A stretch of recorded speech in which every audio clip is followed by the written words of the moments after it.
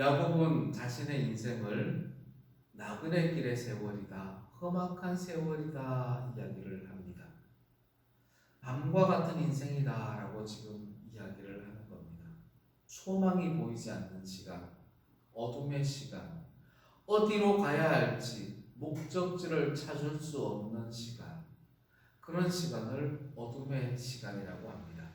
야곱이 그렇게 나그네 세월, 험악한 세월, 어둠의 세월로 표현했던 이유가 있습니다만 오히려 하나님은 야곱의 그 어두움의 순간에 야곱을 찾아와 주셨고 야곱을 인도해 주셨습니다. 먼저 베델의 밤입니다. 야곱이 현장에서 장자의 축복을 이삭으로부터 받아냅니다. 하지만 바로 그 순간 도망자의 신세가 되어서 하란으로 도피를 해야 되는 상황이 됩니다. 그렇게 하란으로 가는 길에 베델에서 돌베개를 베고 잠을 청합니다. 그때 야곱 나이가 77세였습니다. 그 밤에 하나님은 야곱에게 사닥다리 꿈을 보여주십니다. 그리고 그 밤에 하나님은 야곱에게 이렇게 말씀하십니다. 창세기 28장 13절에서 15절까지 말씀입니다. 네가 누워있는 땅을 내가 너와 네 자손에게 주리라. 내가 너와 함께 있어 네가 어디로 가든지 너를 지키며 너를 이끌어 이 땅으로 돌아오게 할지라. 내가 네게 허락한 것을 다 이루기까지 너를 떠나지 아니하리라. 아멘. 하나님은 야곱에게, 도망자 신세가 된 야곱에게, 정말 앞길이 캄캄했던 야곱에게 소망을 품으라고 이렇게 말씀을 해주십니다. 아침에 일어난 야곱은 하나님의 이 언약의 말씀을 떠올리며 소망을 품고 담대하게 저 하란을 향하여 올라갑니다. 하루가 지납니다. 이틀이 지납니다. 한 달이 지납니다. 1년이 지납니다. 7년, 14년, 어느덧 20년이 세월이 지나버립니다. 분명히 하나님께서는 그 베델 밤에 다시 이끌어 주겠다고, 인도해 주겠다고, 너와 함께 해 주겠다고 약속하셨는데 20년 동안 아무런 변화가 없습니다.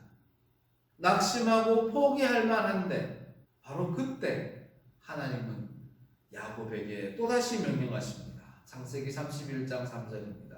네 조상의 땅, 네 족속에게로 돌아가라. 내가 너와 함께 있으리라. 아멘. 야곱이 하란을 떠나서 고향 땅 가나안을 향하여 들어가는 중입니다. 길르앗 산지를 지납니다. 마하나임에 이르렀습니다. 하나님의 천사가 야곱을 찾아옵니다. 하나님의 천사를, 하나님의 군대를 만난 야곱은 의기양양하여서 저 멀리 남쪽에 있는 에서에게 사정단을 파송합니다. 형님, 제가 이제 고향 땅으로 돌아가려 합니다. 이렇게 사정단을 보고했더니 형 에서가 반갑게 맞이해 주는 것이 아니라 자신이 기르고 훈련시킨 군사 400명과 함께 야곱을 향하여 달려오고 있다는 소식이 들려옵니다. 이게 아닌데 하나님이 고향으로 가라고 해서 왔고 하나님이 인도하시는 대로 왔는데 에서가 출병하여서 나를 공격하러 온다니 두려움에 치를 떠옵니다. 형 에서가 나를 이렇게 핍박한다면 나는 어떻게 살까? 고뇌 속에 빠집니다. 저 야복강을 건너가야 되는데 두려워서 저 강을 건널 수가 없습니다. 식솔들과 모든 재산을 먼저 야복강을 건너게 합니다. 그날 밤 하나님의 사자가 또다시 야곱을 찾아옵니다. 밤새도록 씨름을 합니다. 그때 하나님의 천사가 야곱의 허벅지 관절을 쳐서 똑바로 걷지 못하고 쩔뚝이며 걷게 합니다. 하나님의 천사는 야곱에게 흔적을 남깁니다. 하나님을 만난 흔적을 남기는데 곧 고통의 흔적을 남깁니다. 마음의 고통만이 아니라 육신으로 보기에도 쩔뚝거리며 바르게 걷지 못하는 너무나 어처구니 없는 흔적을 야곱에게 남겨주십니다. 하지만 바로 그때 하나님은 천사를 통하여서 야곱에게 새 이름을 줍니다. 바로 이스라엘입니다. 네가 하나님과 및 사람들과 겨루어 이겼음이니라. 다시 한번 해석하자면 네가 하나님으로 말미암아 싸워서 사람들을 이겼음이니라. 그러한 의미로 야곱에게 이스라엘이라는 새 이름을 줍니다. 그 밤에 하나님의 천사와 싸우고 하나님의 천사로부터 이스라엘이라는 이름을 받은 야곱은 그 다음날 아침에 놀라운 은혜를 체험합니다. 싸우지도 않았는데 하나님으로 말미암아 에서를 이기는 은혜를 체험하게 되는 겁니다. 천사가 주었던 그 고통의 흔적, 그 육신의 아픔의 흔적이 오히려 은혜의 흔적이 되어서 승리를 가져다 주는 것을 체험하게 됩니다. 약복강에서의 밤은 분명 야곱에게 고뇌의 순간이었고 두려움의 순간이었지만 오히려 하나님은 고통의 흔적을 주시고 새 이름을 주심으로 그 밤에 소망을 주셨더랬습니다.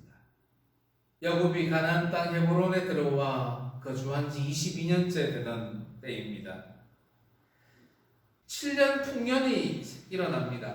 아이고, 이 땅이 정말 젖과 꿀이 흐르는 땅이구나. 하나님이 인도하신 땅이라 다르구나. 와, 이렇게 풍성할 수가. 마음껏 즐기며 마음껏 누리며 7년을 살아갑니다. 그런데 7년이 지나고 8년차가 되니 갑자기 흉년이 듭니다.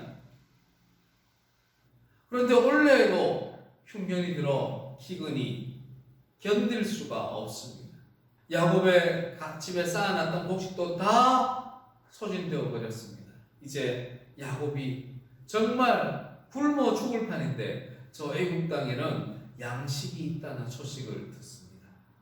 그래서 야곱은 자식들에게 저 애굽에 가서 양식을 사오라고 명령을 합니다. 그렇게 자식들이 2번에 걸쳐서 애굽 땅에 가서 양식을 사오는데 2번째 갔다 와서 하는 말이 아버지 요셉이 죽었는 줄 알았는데 애굽에 살아있더이다. 놀라지 마십시오 아버지. 요셉이 애굽 총리가 되어 있습니다. 놀라운 소식을 전합니다. 아버지, 그리고 요셉이 아버지를 모셔오라고 저 수레까지 보내주었습니다. 야곱은 요셉이 살아있다는 그 말을 듣고 또 바로 왕이 보낸 저 수레를 보고 이것은 사실이구나. 기쁨에 겨워 그래, 내가 저 애굽으로 내려가겠다. 요셉을 만나야 되겠다 결단하고 저 애굽을 향하여 헤브론을 떠납니다. 그렇게 식솔들을 이끌고 애굽으로 내려가는 길에 브엘세바 성에 먼저 들릅니다. 야곱은 깊은 생각과 두려움에 사로잡힙니다. 200년 전에 할아버지 아브라함이 하나님의 명령 없이 애굽에 갔다가 아내를 빼앗길 뻔한 일이 생각이 납니다. 아버지 이삭이 기근을 피해 애굽으로 가려고 했는데 하나님이 그 밤에 나타나셔서 애굽으로 가지 말고 그랄로 가라 해서 그랄로 갔던 아버지의 일이 생각이 납니다. 야곱은 저 애굽 땅으로 가는 것이 맞는지 그런지 도무지 분별할 수가 없습니다. 그렇게 브엘세바에서 애굽행을 두려워할 때 그 밤에 하나님은 야곱에게 말씀하십니다. 오늘 본문 3절 4절 말씀입니다. 애굽으로 내려가기를 두려워하지 말라. 내가 거기서 너로 큰 민족을 이루게 하리라. 내가 너와 함께 애굽으로 내려가겠고 반드시 너를 인도하여 다시 올라올 것이며 요셉이 그의 손으로 네 눈을 감기리라. 아멘. 하나님이 말씀하십니다. 너 야곱은, 너 이스라엘은 지금 애국으로 가야 한다라고 하나님이 명령하십니다. 단순한 명령이 아닙니다. 그리고 덧붙이시는데 거기에서 네가 번성할 것이다 약속하십니다. 이 땅 가나안 땅이 아니라 애국 땅에서 너 이스라엘이 번성할 것이다 선포하십니다. 거기서 번성해 있으면 내가 다시 너를 이 땅으로 인도하리라 약속하십니다. 어디서 많이 듣던 말씀 아닙니까? 횃불 언약의 말씀입니다. 아브라함이 하나님께서 가나안 땅을 주겠다 했을 때 하나님께 증거를 요구했죠. 하나님의 말씀을 못 믿는다는 겁니다. 믿지 못하는 아브라함에게 하나님께서 징계를 선포하셨는데 그것이 바로 이방인의 땅에서 400년 종살이 하게 될 것이다 라는 선포였습니다. 하나님은 아브라함의 때를 지나 이삭을 지나 야곱의 때에 그 횃불 언약을 이루시려 하는 겁니다. 하나님은 이 애국 땅을 언약 성취의 땅으로 삼으셨습니다. 비록 이방인들의 땅이지만 그곳에서 이스라엘을 번성하게 하시고 그곳에서 이스라엘을 구원하여 이끌어내는 구원의 은혜를 체험케 하는 땅이었던 겁니다. 야곱이 하나님의 말씀에 순종하여서 애국으로 내려갑니다. 베델에서의 밤, 약독강의 밤, 브엘세바의 밤, 야곱의 밤은 항상 두려움의 시간이었고 고난의 시간이었고 소망이 사라진 어둠의 시간이었습니다. 그러나 하나님은 그 밤에 역사해 주셨습니다. 언약의 말씀을 주셨습니다. 새 이름을 주셨고 은혜의 흔적을 주셨습니다. 하나님은 그 밤에 소망을 주시고 담대함을 주시고 나아갈 방향을 가르쳐 주셨습니다. 그 밤에 역사하신 하나님으로 말미암아 야곱은 찬란한 빛이 비치는 아침에 담대히 앞으로 나아갈 수가 있었습니다. 하나님과 동행하는 아침을 맞이할 수가 있었습니다. 하나님으로 말미암아 승리하는 아침을 맞이할 수가 있었습니다. 사랑하는 성도 여러분, 여러분들은 어떤 아침을 맞이하기를 원하십니까? 하나님과 동행하는 아침, 승리하는 아침을 기대하십니까? 닭의 모가지를 비틀어도 아침은 온다라는 말이 있습니다. 우리가 맞이하는 오늘 아침은 어제 밤에 이어진 아침입니다. 우리가 내일 아침을 맞이할 텐데 그 내일 아침은 오늘 밤을 지나서 맞이하는 아침입니다. 밤을 어떻게 보내느냐에 따라 맞이하는 아침이 달라지는 겁니다.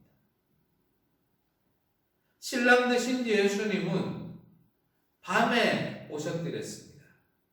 밤에 기름을 준비하고 끝까지 기다렸던 5 처녀들은 신랑 예수를 만나는 기쁨을 누리지만 밤에 기다리지 못했던 5명의 처녀들은 신랑 예수를 만나지 못하는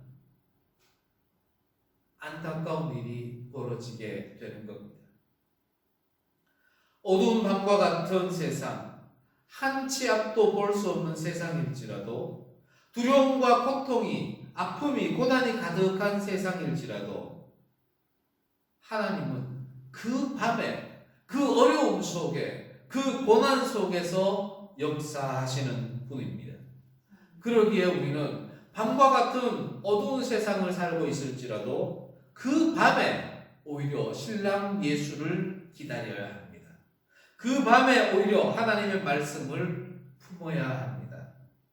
어두운 고난의 시간이 이어지는 그 밤에 주님이 주시는 은혜의 흔적을 기억해야 합니다.